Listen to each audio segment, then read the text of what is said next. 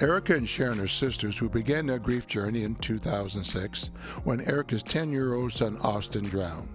Together, they participated in a grief education program, were so moved by this experience, they studied and became specialists so they could help the brokenhearted find recovery. In 2015, tragedy struck their family once again when Erica's oldest son Donovan was killed in a motorcycle accident. Erica and Sharon are committed to sharing their experiences of love, loss, and healing through this podcast. Now your grief specialists, Sharon and Erica. Hey friends, welcome back. You're listening to Healing Starts with the Heart podcast. My name is Sharon Brubaker, and I'd love to introduce you to my sister, Erica Honore. Good morning, friends. Thank you so much for joining us again on our podcast. I am so excited that we are able to put these shows out there and that people are actually listening to them. Yay! That's so cool. We're so excited that you are here, friends. You know, we realize we have a tough subject. We have, Louis, my brother-in-law, says to Erica all the time, you're in a tough business, kid. You know, trying to sell grief is tough, huh? Yeah, it is extremely challenging. It's a struggle because people will come and they know they need the help, but they're scared, so then they don't get the help. Or they think that they don't need the help and that they've processed and dealt with things in their own way, but the tiniest little thing turns them into this, emotional, sobbing being right in front of our eyes. So we get both. Yeah, we definitely get both. If you're listening today, what brought you here is probably pain in your heart. We want you to understand that this pain could be from death. It could be from someone living right now. You could be going through a divorce. You could be having a breakup of a romantic relationship. You could be going through bankruptcy. You could be having financial changes. There are 40 or more known losses that we know could have brought you here today. We don't care what it is that brought you here. We're just glad that you're here. And we're hoping today that this subject moves you in some way to take the action that you need to start your recovery. We have an amazing show, Erica. We haven't talked about this that much, so I'm glad that we're kind of delving into it. It's about parenting while you're grieving. Which is so hard. Yeah. You know, your bandwidth for grieving is limited. So you're only allowed so much pain. So let me explain that a little more. When you're grieving, it takes every ounce of your energy, your focus, your body is aching, your nerve endings are at their absolute heightened state. Everything that everyone says and does sets you off. You can barely take the energy that you have to even sometimes get in the shower and brush your hair. And yet you have these little people in your house that you still have to take care of, but you don't have the energy for them. Their everyday well-being, number one. Number two, their emotional well-being. Share a little bit, Erica. Take our friends a little deeper on what it was like for you to parent while grieving. Well, when Austin passed away, Donovan was 12 and Jordan was 3. So on one hand, I had a child, Donovan, that I could communicate with and share things and just say, I'm going to cry, I'm going to be mad some days, I'm going to do, I'm not going to want to get out of bed some days. And he understood on some level of like, okay, this is going to be really hard for us and also challenging for himself. I was explaining it, and you may feel this, also. But then having Jordan, who was 3, who had no words to understand what we were going through, who knew something bad was happening but didn't know how to communicate it, and who every day asked for his brother. Every day he asked for Austin. And every day I would try to explain it to him in a way that his little 3-year-old brain could comprehend. But it was so hard because all I wanted to do was cry. I just wanted to cry for myself, let alone, like you said, think about these little people who were depending on me. Absolutely, 100%. So I want to circle back real quick to something that you said that you told Donovan. You're like, I'm going to cry sometimes, and that's going to be okay. How did you know that that was the right thing to do? I I think, well, just one, it was like a mother's instinct that I knew that I needed to normalize it for us and to say that that these things were going to happen and it was going to be okay, because I wanted him to have permission to do those things. So I just, like I said, I think it was just like a gut feeling that I needed to tell him, this is okay. We're going to go through this, but it's okay for us. So when Austin died, my youngest was 17, Brittany, and Lauren was 19, and Jason was 24 or 25. But I did the exact opposite. I expected them to do what I was doing. And sometimes I get so embarrassed that I have to tell this story, but I need to tell you guys the truth so you understand it. The thing that I went after was being strong for Erica. I knew that she was going to need me 100%. So when Austin died, I showed up for her. I negated my own grief. I didn't allow myself to grieve. I pushed it down. But then I turned on my 17-year-old, 19-year-old and forced them to do the same thing. I didn't go with, hey, allow these emotions, do these emotions.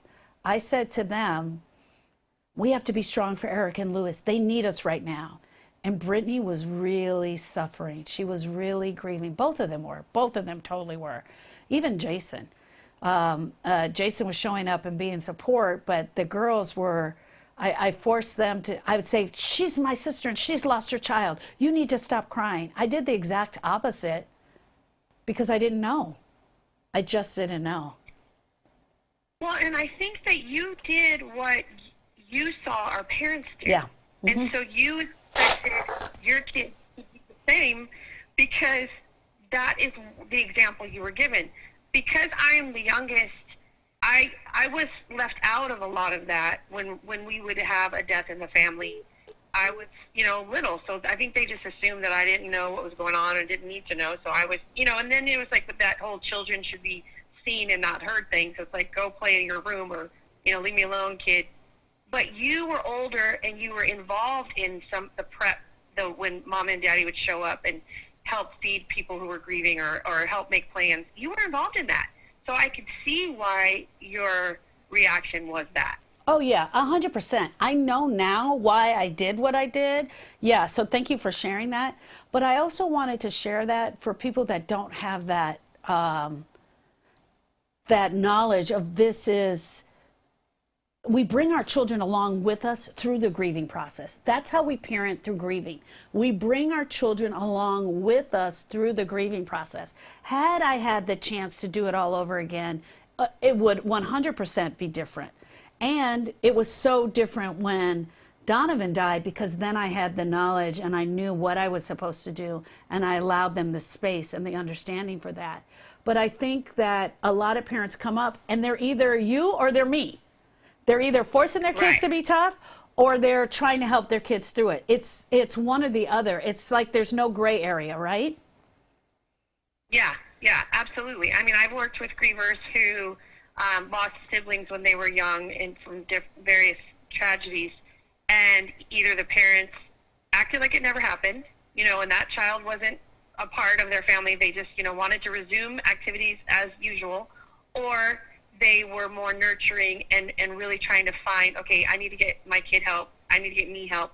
I need to get us healthy, and we need to be back. Yeah, they're either one or the other. And it takes every ounce of what you have to just grieve. But then you turn and you see this little face looking at you, and you see that pain on their face, mm-hmm. which could literally drop you to your knees. What was it like seeing Donovan and his pain and the responsibility that you knew he was carrying? Because he felt like it was sort of his fault. That is, before you said that, and I just I emotionally connected to that. Like, it brought tears to my eyes because, he felt that he was the big brother and he needed to protect Austin. So to see him carry that was hard. It was hard as a mom to know that that's the weight he was putting on his shoulders. But that no one ever expected him to be responsible for his brother. He was not, we weren't like that. Because, sometimes, like, you were responsible for me. You know, Mama was like, okay, you're 10 years older, you're junior mom, you know, but I didn't do that. And I felt really bad watching him carry that weight on his shoulders because he didn't need to have that in his heart. Yeah. I know just looking at that would just rip your heart out all over again, day in and day out. Yeah, thank you for sharing. Now, Erica, so that's why it was so cool that you were having those conversations with him. So it sort of set up who you and Donovan really were because you really went through this together, right? So clarifying that. Now, there's this other aspect of parenting while grieving.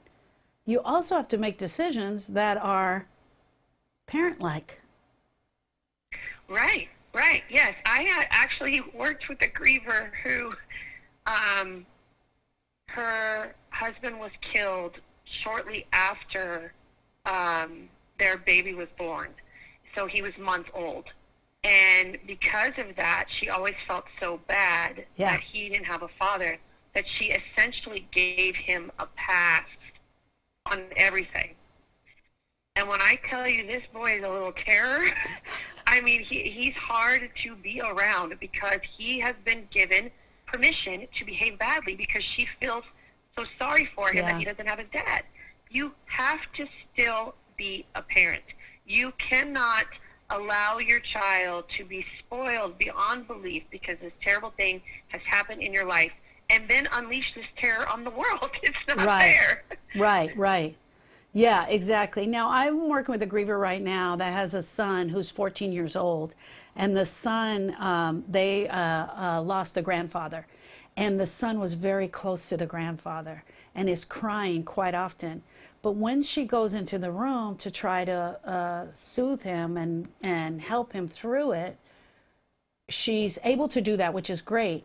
But she's not processing her own grief. And what happens is it's coming out as anger towards her kids. So the minute the kids start doing stuff that she doesn't like, or they leave their backpacks out or their shoes out, she said she's going off like uncontrollably. But that's really pointing back at her in the sense of you're not processing your own grief and it's coming out and showing up as anger, which can happen quite often. Oh yeah. When you're not allowing the pain and the feelings to come and you're trying to stuff it, it's going to find a way out. It for sure will manifest itself in some other way. And that is very common that it comes out as anger because you're over, like you said, your nerve endings are just super heightened and sensitive.